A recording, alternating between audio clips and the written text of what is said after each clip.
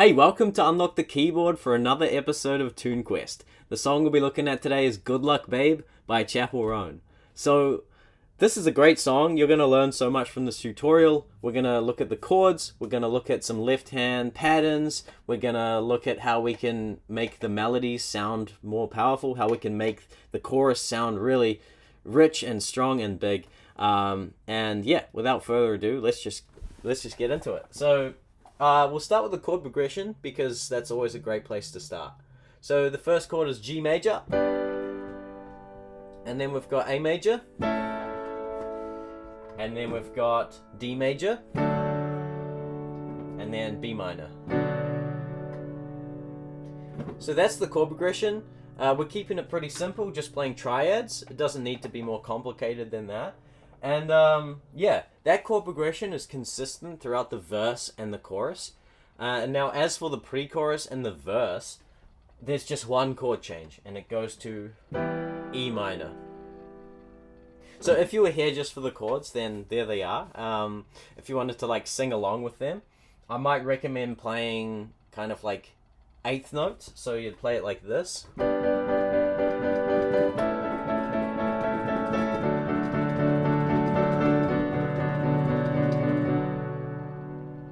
Right? And yeah, that's just a really great pattern, and I think it works really well with this song. And now, if you wanted to play it solo piano, just by yourself at the piano, then we're going to actually start, we're going to use this pattern for the left hand for the verse, right? So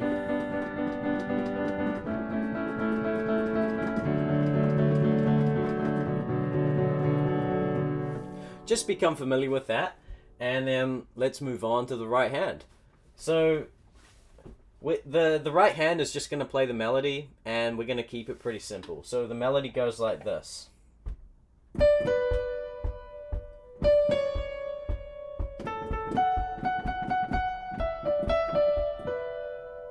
And that repeats, right? So that's pretty simple. There's really only that one phrase to learn. And so with the chords, that might sound a bit like this.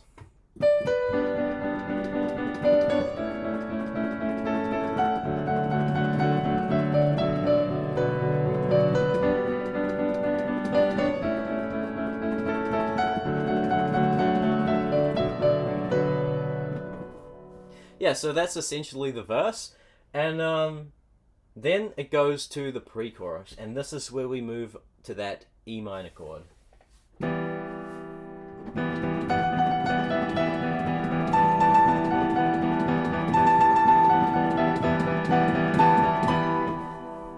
So the melody's doing this thing that I actually find that quite challenging. So you're playing a quick succession of these notes, right? Right? Yeah, so that's actually kind of hard to play, I'd say. Not too hard, but it could be a bit tricky to get in your fingers. But yeah, I think it's just easier to sing. It's a bit harder to play on the piano. But if you wanted to get that and you wanted to play it exactly as it is, and you're struggling to get the timing of it, what I would recommend is just slowing it right down. Maybe you could have put on a metronome and just like slow it right down and practice it like this.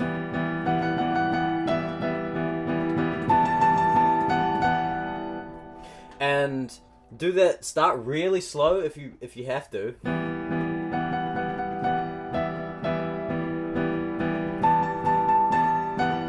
And then gradually pick up the tempo of the metronome, and eventually you'll be able to play it at speed.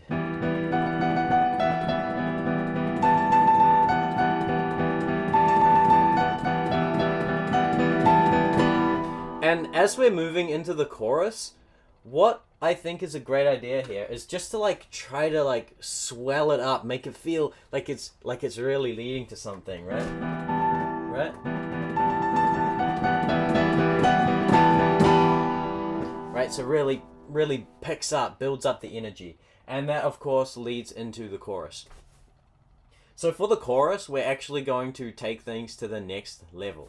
So with the left hand, we're going to use a basic arpeggio pattern that I think is super powerful and extremely helpful. And if you don't know this already, this is a great place to learn it. So it goes like this.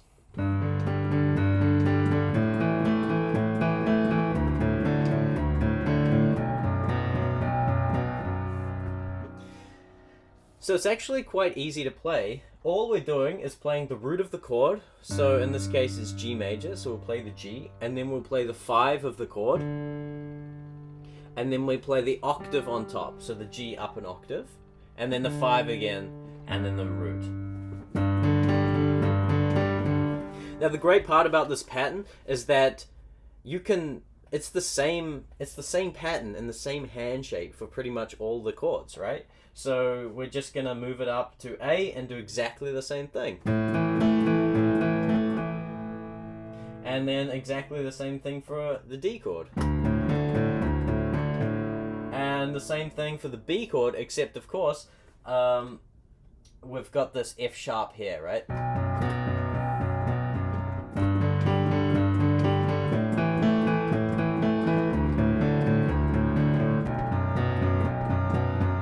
So become familiar with that in the left hand, and that's going to be super helpful for you. Okay, let's move on to the right hand. Now, we're also going to take things to the next level here as well by embellishing the melody with the chord. So what we're going to do here is we're going to play the chords. So right, this first chord is G, and we're going to have the melody be the top note. So in this case, the melody's there, so we're going to play this. Right? So this is what the melody does for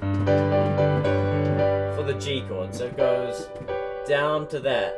And so if you have your fingers like this, with the thumb there, the second finger there, the fourth there, you can just play this next melody note with your middle finger and then go back. And then for the A chord, we've got this shape here. This is an A major in its second inversion, right? So this is A in its root position. This is second inversion because we've got the 5 on the top, right? And of course up here, this is the melody note. So this inversion allows us to have that melody on the top. So with the G. So the melody goes like that, so up and then down to here, and then we have this big F sharp octave thing before we move to the next chord. So together,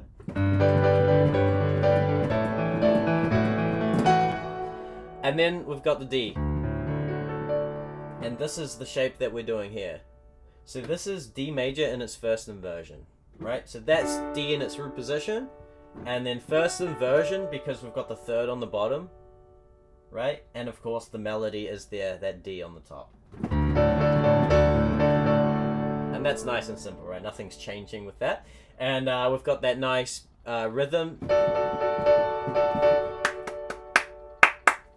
Right, so that's pretty simple. And then we move to the B minor chord.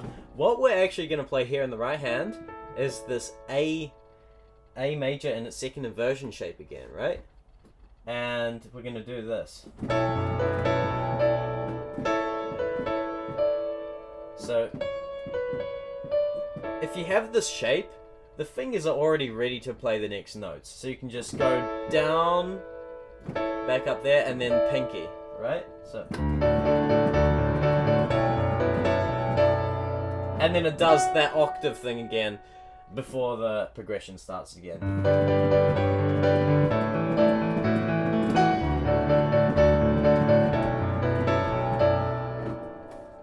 So that repeats twice, and then the second half of the chorus, it's got this.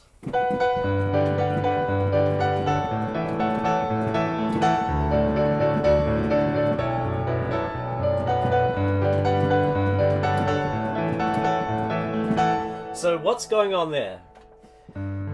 For the G chord, we've got this G major 7, right? So this is G triad, and this is major 7. Now, the way to find that is by taking just a standard G chord, right, with G on the bottom, G on the top, and then lowering that top just a half step, and you're going to find that major 7. And if this is a new chord to you, then it's a great chord to use. And yeah, so the melody is is up here, right? But what we're going to do, we're going to use the notes from this chord. So we're going to first use the 3 and the 7, and then we're going to go down to the 1 and the 5. Like that. And now for the A chord, we're going to do essentially the same thing. So we've got that A chord, but we're going to go, of course, from that same note. Like that. And then we're going to finish with that octave. So all together it sounds and looks like this. And then of course we finish with this again.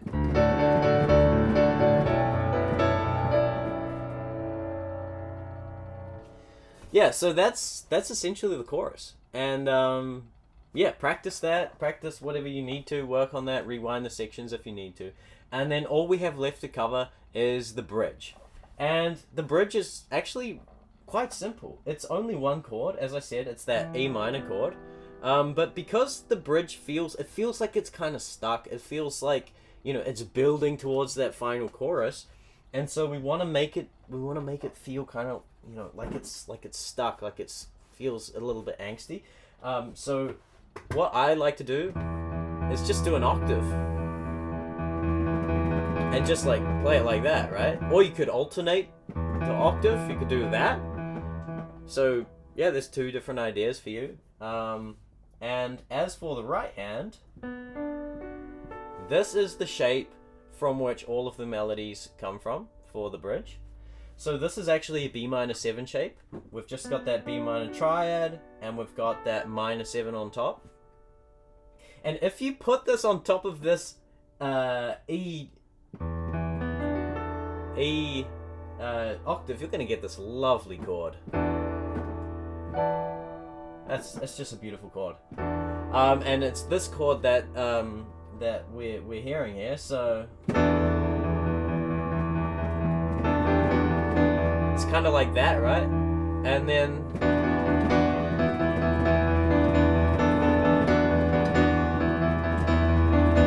so everything's coming from this shape, right? So it starts right?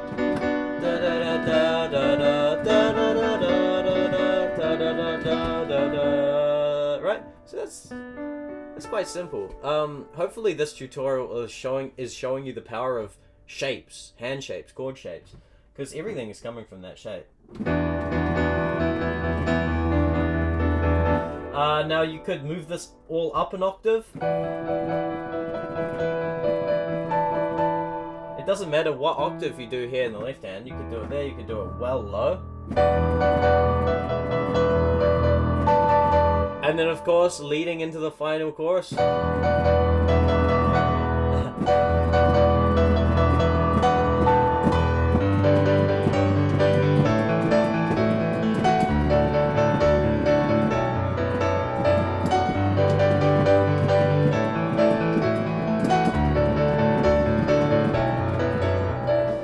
Yeah, so that's essentially everything.